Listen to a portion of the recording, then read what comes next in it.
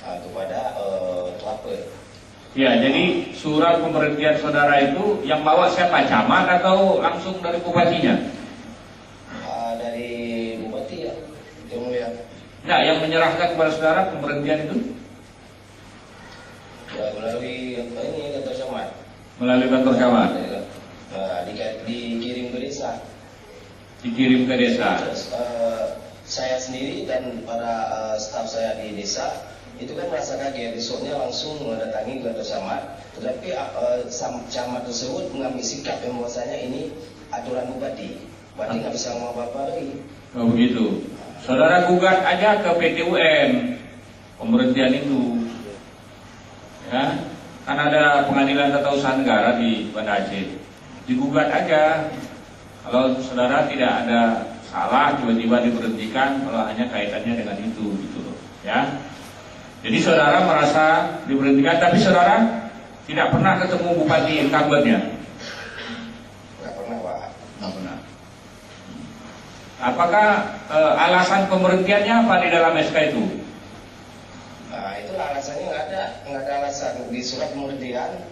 Ini pun pada hari ini pun ada saya bawa, nggak ada alasan. Kalau saya itu saya atas nama Amiruddin diberhentikan dengan alasan ini salah macam, nggak ada, Pak, ada surat pemberhentian. Nggak ada. Nggak ada. Hanya dibilang diberhentikan dari jabatan aja. Iya. Tapi kalau memang apa, masyarakat saya hari ini pun siap kalau untuk mengambil apa itu.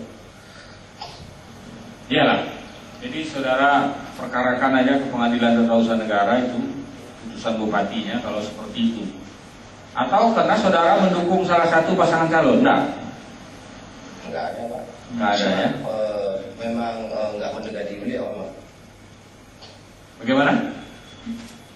Memang karena enggak mendekati apa pada saat itu kan Bapak yang maju ke sana itu kan masih sebagai bupati kan. Jadi saya itu pada saat itu memang itu waktu ada acara pertemuan silaturahmi itu menyangkut politik, menyangkut pencalonan. Oke lah, itu kita sudah paham gitu, sudah paham saya. Ya. Oke, pertanyaannya berikut Pak. Di desa Dream Cale itu yang menang nomor berapa?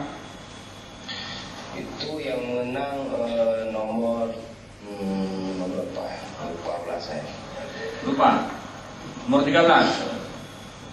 Enggak, Pak, tapi enggak jauh beda juga, semua dari Bapak Bupati pun enggak jauh beda juga.